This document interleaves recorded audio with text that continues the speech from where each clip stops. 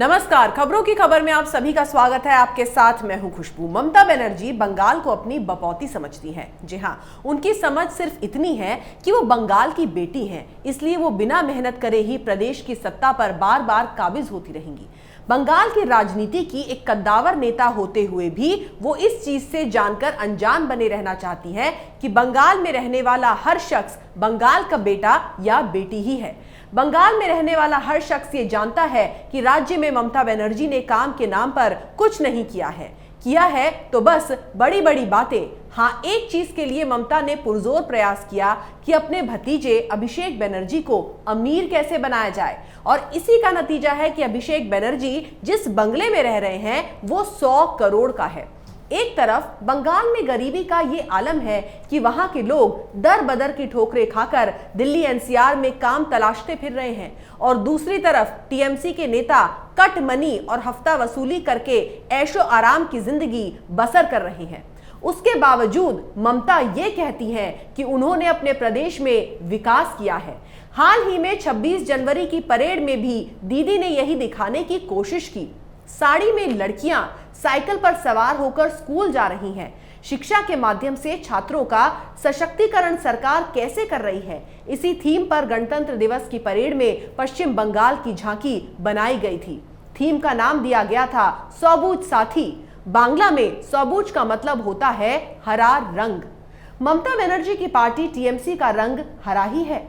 झांकी से ये बताने की कोशिश की जा रही थी कि ममता सरकार बंगाल की जनता की ऐसी साथी है जो साइकिल देकर शिक्षित करने का प्रयास कर रही हैं, और इससे छात्र छात्राएं सशक्त हो रहे हैं। जाहिर है, जिस साल राज्य में विधानसभा के चुनाव हो वहां सरकार अपने हर कदम के जरिए पॉलिटिकल मैसेजिंग करने की कोशिश करती है। जाहिर है, ये थीम एक तरह से राज्य सरकार का राजनीतिक विज्ञापन था। इसे इत्तेफाक से लिया गया फैसला कतई नहीं कहा जा सकता, लेकिन यहाँ पर सवाल ये उठता है, क्या सिर्फ साइकिल से चुनावी राह तय की जा सकती है, अपनी कमियों को ढका जा सकता है? जहां तक बात बीजेपी की है तो मोदी सरकार की कल्याणकारी योजनाओं को पार्टी की जीत के पीछे एक अहम कारण माना जाता है। दूसरा, पार्टी ने किसी ठोस बैकग्राउंड के बिना भी बंगाल के अंदर जिस तरीके से मेहनत की है, बिना थके बिना डरे जिस तरीके से अपनी हवा बनाई है, उसे कोई अनदेखा नहीं कर सकता। दरअसल 2019 के लोकसभा चुनावों से बंगाल के मौजूदा विधानसभा चुनावों की रणनीति तय हुई। बीजेपी इस बार बंगाल में परिवर्तन यानी कि परिवर्तन का दावा कर रही है। इसी नाम से 5 रैलियां भी बीजेपी ने निकाली। केंद्र के बड़े बड़े नेता इन रैलियों को हरी झंडी दिखाने पहुंचे। जिस पार्टी को साल 2016 के विधानसभा चुनाव में कुल 294 सीटों में से सिर्फ 3 सीटें मिली हो, उसका बंगाल में बहुमत की सरकार बनाने का दावा करना वाकई बहुत बड़ी बात है। दरअसल इसके पीछे का गणित 2019 में हुए लोकसभा चुनाव में छिपा हुआ है। इस चुनाव में बीजेपी को 18 सीटें और ममता बनर्जी को 22 सीटों पर जीत मिली थी। लेकिन विधानसभा के लिहाज से देखें तो 121 विधानसभा सीटों पर बीजेपी को बढ़त थी और 164 सीटों पर टीएमसी को बढ़त थी। बीजेपी को 40% वोट मिला था तो दूसरी तरफ टीएमसी को 43%, यानी दोनों के बीच केवल 3% वोट का अंतर था। यहाँ पर समझने वाली बात यह है कि जब जीतने और हारने वाली पार्टियों के बीच वोट प्रतिशत का अंतर इतना कम होता है तो ये नहीं कहा जा सकता कि बीजेपी किसी सीट पर बहुत आगे है और किसी सीट पर बहुत पीछे। ऐसा हो सकता है कि मुस्लिम इलाकों में बीजेपी का वोट प्रतिशत थोड़ा कम हो और हिंदू इलाकों में थोड़ा ज्यादा हो, लेकिन कमोबेश हर इलाके में वोट का पैटर्न एक सा ही होता है। ये बीजेपी के जीत के दावे की सबसे बड़ी वजह है।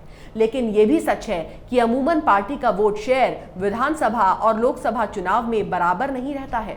ये ज्यादातर बराबर तब रहते हैं जब लोकसभा और विधानसभा चुनाव 6 महीने के अंतराल में हो। विधानसभा चुनाव में वोटों का बंटवारा भी लोकसभा चुनाव के मुकाबले कम होता है, इसलिए विधानसभा चुनाव में पार्टी के वोट प्रतिशत में गिरावट देखने को मिलती है। साल 2019 के चुनाव में बंगाल में बीजेपी को दलित वोट 59% मिला, जबकि ममता को 30%। पश्चिम बंगाल की कुल आबादी में 17% दलित हैं। इसके अलावा बीजेपी को अपर कास्ट, ओबीसी और दूसरे सभी समुदायों में तृणमूल के मुकाबले थोड़ा वोट ज्यादा मिला। ममता के साथ मुसलमान सबसे ज्यादा जुड़े और उनका एक तरफा वोट तृणमूल को मिला। यही ममता की जीत के पीछे की बड़ी वजह भी बने।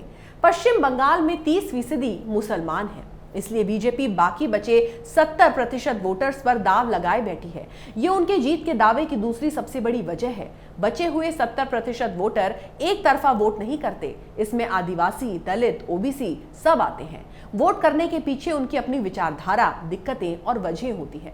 लेकिन बची हुई 70% हिंदू आबादी में से अगर बीजेपी 65-70% को अपनी तरफ कर लेती है तो बंगाल में उसकी राह आसान हो सकती है। इसी अंक गणित पर बीजेपी काम भी कर रही है। यही वजह है कि पश्चिम बंगाल में जब गृह मंत्री अमित शाह जाते हैं तो जय श्री राम के नारे खुद भी लगाते हैं और जनता से भी लगवाते हैं। लेकिन दूसरी तरफ बीजेपी ने अपने चुनावी कैंपेन में मुसलमानों को साधने की भी पूरी कोशिश की है। यही वजह है कि योगी आदित्यनाथ ने बंगाल में अपने चुनावी संग्राम की शुरुआत मालदा से की, जो बांग्लादेश से सटा है और मुस्लिम बहुल इलाका है। दूसरी ओर बंगाल का मुसलमान अब ये भी समझ चुका है कि बीते 10 सालों में ममता ने उन्हें सिर्फ बर्बाद ही किया है और बंगाली मुसलमान की हालत देश में सबसे खस्ता है। अब बात करते हैं बंगाल के महिला वोटर्स की। ममता हमेशा खुद को महिलाओं का मसीहा बनाकर पेश करती है। वो ये दिखाना चाहती हैं कि उत्तर भारतीयों की पुरुष प्रधान मानसिकता बंगाल में नहीं चलेगी। बंगाल में महिलाओं को बराबरी का दर्जा है, लेकिन ये हर कोई जानता है कि बंगाल में महिलाएं कितनी सुरक्षित हैं। रेप के मामलों में बंगाल दूसरे नंबर पर है और वहां रेप के ऐसे मामले सबसे ज्यादा होते हैं जिनमें पुलिस के पास रिपोर्ट तक दर्ज नहीं करवाई जाती। जी हां, पश्चिम बंगाल में महिला वोटर्स की तादाद तकरीबन 49% है। जहां तक बीजेपी की बात है तो उज्ज्वला योजना, प्रधानमंत्री आवास योजना, जनधन योजनाओं के जरिए केंद्र सरकार ने हर राज्य के महिला वोटर्स में अपनी अलग पैठ बनाई है। बीजेपी को बिहार में भी महिला वोटर्स का बहुत साथ इन्हीं योजनाओं की वजह से मिला। उनकी नजर पश्चिम बंगाल में भी इस वोट बैंक पर है। बुआ दीदी का नैरेटिव और बंगाल में पूरी महिला ब्रिगेड को उतारकर बीजेपी जीत की नैया महिलाओं के सहारे पार करने की कोशिश कर रही है। पश्चिम बंगाल में बीजेपी के जीत के दावे के पीछे महिला वोटर तीसरी बड़ी वजह है। इसके अलावा पश्चिम बंगाल की राजनीति में मतुआ संप्रदाय काफी अहम माना जाता है और बीजेपी आदिवासी और अनुसूचित जाति जनजाति समुदाय के लोगों पर फोकस कर अपना मिशन 200 पूरा करना चाहती है। साल 2011 की जनगणना के अनुसार पश्चिम बंगाल में अनुसूचित जाति की आबादी करीब 1,84,00,000 है और इसमें 50% मतुआ संप्रदाय के लोग हैं। इसके अलावा कूच बिहार में अमित शाह ने राजवंशियों को अपने साथ जोड़ने के लिए कई घोषणाएं भी की हैं। बीजेपी इन समुदायों की अलग पहचान बनाकर इनको वोट बैंक के तौर पर विकसित करके अपने पाले में करने की कोशिश कर रही है। वो जनता को जातियों के आधार पर बांटकर चुनावी मैदान में उतारना चाहती है। वहीं पश्चिम बंगाल बिहार और झारखंड से सटा हुआ है। यही वजह है कि दोनों पड़ोसी राज्यों के लोग भी बड़ी तादाद में वहां पर बसे हुए हैं। पिछले चुनाव में इस तबके ने बीजेपी के लिए वोट किया था। यही वजह है कि बीजेपी कोलकाता के बाहर अपने चुनाव प्रचार पर ज्यादा जोर दे रही है ताकि ठेठ बंगालियों के अलावा अपनी पैठ दूसरे इलाकों में भी मजबूत कर सके। बीजेपी की जीत का ये चौथा दाव है आइडेंटिटी पॉलिटिक्स। बंगाल में बीजेपी की कड़ी मेहनत और अमित शाह की दमदार रणनीतियों के अलावा राज्य की कानून व्यवस्था, गुंडागर्दी, ममता की पार्टी में केवल उनके करीबियों को फायदा पहुंचाना, ये सभी फैक्टर्स भी बीजेपी को जिताने में मदद करेंगे। ये चुनाव बदलाव के नाम पर लड़ा जा रहा है और यही पश्चिम बंगाल में बीजेपी के दाव की 5वीं बड़ी वजह है। बीजेपी ने ममता सरकार की नींव को हिलाकर रख दिया है। अर्जुन सिंह, मुकुल रॉय, शुभेंदु अधिकारी जैसे तमाम बड़े नेता जो बीजेपी में आ ही चुके हैं और लगातार आ रहे हैं। दूसरी तरफ मिथुन चक्रवर्ती का भी बीजेपी में शामिल होना तय हो गया है। बंगाल के टाइगर सौरव गांगुली के भी बीजेपी में आने की बात हो रही है। अगर ऐसा हो गया तो ममता तो चुनाव लड़ने से पहले ही हार जाएंगी और बीजेपी जिस तरीके से बंगाल में धुआंधार रैली कर रही है, उसकी आंधी में ममता बनर्जी के पैर सत्ता की जमीन पर टिक नहीं पाएंगे। अगर आपको हमारा वीडियो पसंद आया तो इसे लाइक करें, शेयर करें और कैपिटल टीवी को सब्सक्राइब करें। नमस्कार।